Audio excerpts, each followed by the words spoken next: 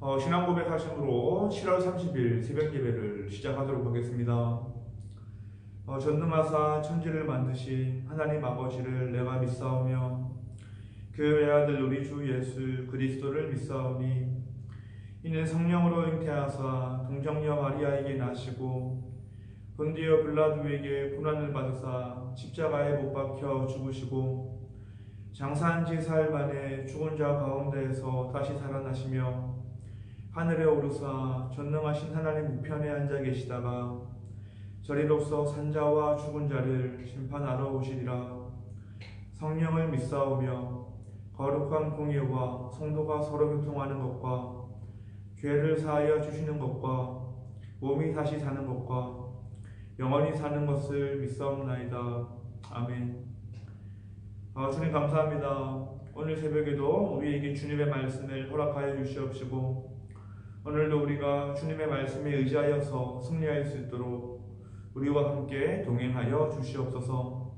이 모든 말씀 살아계신 예수 그리스도의 이름으로 기도드렸습니다. 아멘.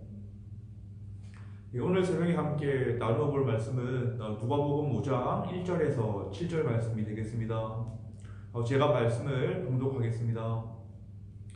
우리가 몰려와서 하나님의 말씀을 들을새 예수는 게네사렛 호숫가에 서서 호숫가에 배 두 척이 있는 것을 보시니 어부들은 배에서 나와서 그물을 씻는지라. 예수께서 한 배에 오르시니 그 배는 시몬의 배라. 육지에서 조금 떼기를 청하시고 앉으사 배에서 무리를 가르치시더니 말씀을 마치시고 시몬에게 이르시되 깊은 데로 가서 그물을 내려 고기를 잡으라. 시몬이 대답하여 이르되 선생님, 우리들이 밤이 새도록 수고하였을 때 잡은 것이 없지만은 말씀에 의지하여 내가 그물을 내리리이다 하고 그렇게 하니 고기를 잡은 것이 심이 많아 그물이 찢어지는지라. 이에 다른 배에 있는 동무들에게 손짓하여 와서 도와달라 하니 그들이 와서 두 배의 채움에 잠기게 되었더라. 아멘. 오늘 말씀의 배경은 호숫가입니다. 여느 때와 마찬가지로 예수님께서 말씀을 가르칠 때에 많은 사람들이 몰려들고 있었습니다. 얼마나 많은 사람들이 몰려들었는지 예수님도 호수에 빠질 지경이었죠. 그래서 예수님은 배를 설교단 삼아서 물에 떠서 말씀을 전할 수밖에 없었습니다. 누가는 여기에서 예수님이 탔던 배를 시몬 베드로의 배였다고 소개를 하고 있죠. 예수님께서 시몬 베드로의 배를 빌리신 것은 분명히 의도가 된 행동이었습니다. 호숫가에 수많은 배가 있었는데 베드로를 제자 삼기 위해서 베드로의 배에 오르셨던 것입니다. 그런데 그때 베드로는 무엇을 하고 있었습니까?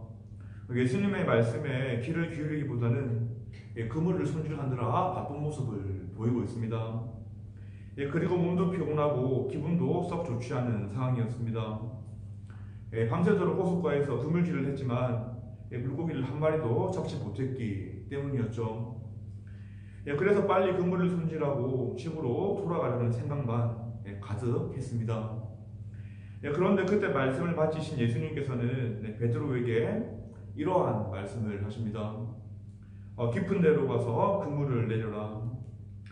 이 순간 예수님의 말씀이 들은 베드로의 기분은 과연 어떠했겠습니까? 분명 기분이 좋지 않았을 것 같습니다. 바다에 대해서 잘 알지도 못하는 사람이 평생 동안 고기를 잡아 어부에게 명령을 냈기 때문입니다. 또한 베드로는 경험이 많은 어부였기에 아침 시간대에 그물을 내리면 물고기가 잘 잡히지 않는다는 사실도 너무나도 잘 알던 사람이었습니다.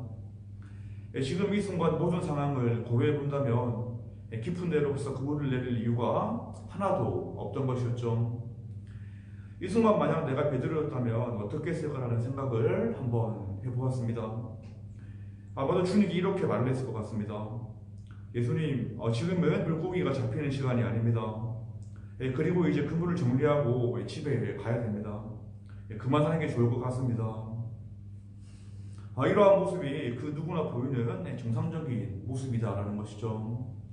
그런데 베드로는 어떻게 했습니까? 기분이 조금 상했을 수는 있지만 예수님의 말씀에 의지하여서 그물을 내리겠습니다라는 고백을 했습니다.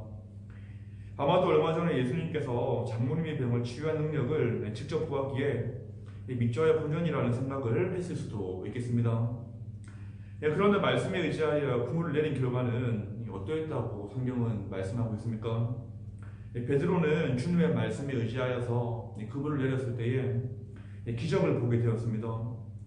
잡은 물고기의 수가 평범했던 것이 아니라 힘이 많아서 그물이 찢어질 지경이 되었다라고 오늘 본문은 말씀을 하고 있다라는 것이죠. 말씀의 능력이 베드로의 일상으로 침수에 들어오는 순간이었습니다. 그리고 그 말씀에 대한 순종은 이제까지 경험하지 못했던 풍성함을 베드로에게 가져다 주었던 것이었습니다. 베드로는 자신이 가지고 있던 경험과 지식을 철저하게 내려놓고 주님께 배의 통지권을 내어드렸을 때에 주님이 주시는 풍성함을 경험하게 되었던 것이었습니다. 그렇다면 주님께서 이 장면을 통해서 베드로에게 알려주고자 했던 것은 과연 무엇이겠습니까? 이제 예수님을 위해서 그물을 던지는 사람이 되라는 것이었습니다. 밤새도록 헛구물질을 했던 인생은 모두 정리하고 말씀에 순종해서 그물을 던지기를 바라는 주님의 시청과 교육이었던 것이었습니다. 우린 호숫가에서 일어난 이 모습을 통해서 어떻게 하면 하나님의 풍성함을 경험할 수 있는지 발견할 수 있게 됩니다. 바로 주님의 말씀에 순종하는 삶을 살아갈 때에 주님이 주시는 풍성함을 우리는 경험할 수 있다는 것이죠. 단순하게 내가 순종하고 싶은 말씀에만 순종을 하는 모습을 보여주는 것이 아니라 주님이 원하시는 더 깊은 곳으로 가서 우리는 순종을 해야 한다는 것입니다. 우리의 삶 가운데 주님이 원하시는 더 깊은 곳은 과연 어디겠습니까? 그 깊은 장소는 내가 상대방을 용서하는 자리가 될 수도 있고 물질이 필요한 곳에 물질을 흘려보내는 자리가 될 수도 있을 것입니다. 그리고 위로가 필요한 사람에게 위로를 전하는 자리가 깊은 곳이 될 수가 있겠죠.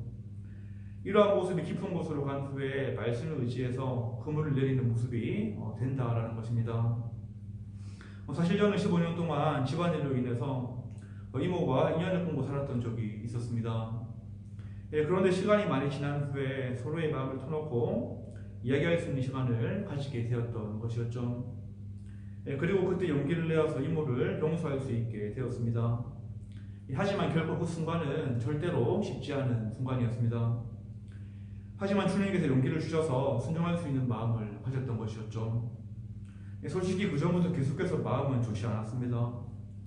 한 명의 그리스도인으로서 친척과 인연을 끊고 산다는 사실이 계속해서 마음을 힘들게 했기 때문이었습니다. 주님께서는 계속해서 용서하라고 말씀하셨지만 저는 그 말씀에 선뜻 순종하지 않는 모습을 보였다라는 것이죠. 하지만 주님께서 갈등을 풀 수 있는 자리를 마련해 주었고 용서할 수 있는 용기를 주었을 때에 말씀에 의지해서 그물을 내려보았습니다. 그런데 분명한 것은 서로의 관계가 회복되고 난 뒤에 관계 안에서 생기는 풍성함이 있었다라는 것이죠. 각자 돈을 많이 벌고 좋은 집에 살게 되었다라는 말이 아닙니다. 서로 사랑하고 섬겨주고 챙겨줌을 통해서 격려받고 위로를 얻는 관계로 다시 회복이 된 것이었습니다. 저는 이것이 베드로가 경험했던 만선의 기쁨이라고 생각을 합니다. 15년간 내 분노로 인해서 주님께 내어드리지 못한 삶의 영역이 있었지만 베드로가 깊은 곳에 가서 그물을 내리듯이 말씀에 순종했을 때에 주님께서는 더 큰 것으로 갚아주었던 것이었습니다. 우리의 삶 가운데서는 아직도 말씀에 순종하기보다는 내 생각과 내 뜻대로 가고 있는 부분이 많이 있을 수도 있겠습니다. 주님께서는 깊은 데로 가서 그물을 내리라고 명령하시지만 하나님 그거 해봤자 안 돼요. 그거 해서 뭐예요? 그거 해도 나한테 아무 이득이 없어요 라는 마음을 우리는 품고 있을 수도 있을 것입니다.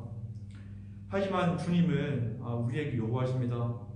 더 깊은 용서의 자리로, 더 깊은 섬김의 자리로, 더 깊은 베품의 자리로 나아가라고 오늘도 명령을 하고 있다는 것이죠. 그때 하나님 안에서 누릴 수 있는 풍성한 은혜를 주님께서는 우리에게 주고 싶어 하시기 때문입니다. 그리고 가장 중요한 것은 순종을 하기 위해서 가장 중요한 것이 있는데 하나님의 말씀을 계속해서 내 마음속에 채워야 한다는 것입니다. 말씀으로 내 마음을 채우는 모습이 있을 때에 우리는 깊은 곳으로 가서 그물을 내리라는 주님의 명령에 순종할 수 있기 때문입니다. 오늘 말씀을 맺도록 하겠습니다. 주님은 우리의 모든 삶에 관심을 가지고 계시며 모든 영역에서 우리를 다스리기 원하십니다. 하나님을 도와나갈수록 내 생각과 내 판단을 내려놓고 순종하는 자리로 우리는 모두 나아가야 되겠습니다. 오늘의 시간 가운데서도 우리 주님께서는 그물 내릴 곳이 어딘지 분명하게 알려주실 것입니다. 주님께서 깊은 데로 가서 그물을 내리라고 명령하실 때에 그 말씀에 아멘하는 모두가 되기를 주님의 이름으로 축원하겠습니다. 기도하겠습니다. 하나님, 오늘도 말씀 주심에 감사합니다. 우리도 베드로처럼 깊은 곳으로 가서 그물을 내릴 수 있는 믿음을 허락하여 주시고 말씀에 의지해서 그물을 내릴 때에 주님께서 부어주시는 풍성함을 경험할 수 있도록 은혜를 허락해 주시옵소서. 우리 삶의 영역에서 하나님의 말씀에 순종하지 못하는 부분이 많이 있음을 고백합니다. 주님께서는 깊은 곳으로 가서 그물을 내리라고 명령하시지만 우리는 내가 가고 싶은 곳으로만 가서 그물을 내리고 있는 걸지도 모르겠습니다. 주님, 이러한 우리를 불쌍히 여겨 주시옵시고 말씀에 순종할 수 있는 힘과 용기를 허락해 주시고 삶의 모든 부분을 주님께 내어드릴 수 있도록 우리를 붙잡아 주시옵소서. 이 모든 말씀 살아계신 예수 그리스도의 이름으로 기도드렸습니다. 아멘. 주기도문 하심으로 오늘 새벽 예배를 마치도록 하겠습니다. 이 하늘에 계신 우리 아버지여, 이름이 거룩히 여김을 받으시오며 나라가 임하시오며 뜻이 하늘에서 이루어진 것 같이 땅에서도 이루어지이다. 오늘 우리에게 일용할 양식을 주시옵고 우리가 우리에게 죄진 자를 사하여 준 것 같이 우리 죄를 사하여 주시옵고 우리를 시험에 들게 하지 마시옵고 다만 악에서 구하시옵소서. 나라와 권세와 영광이 아버지께 영원히 있사옵나이다. 아멘.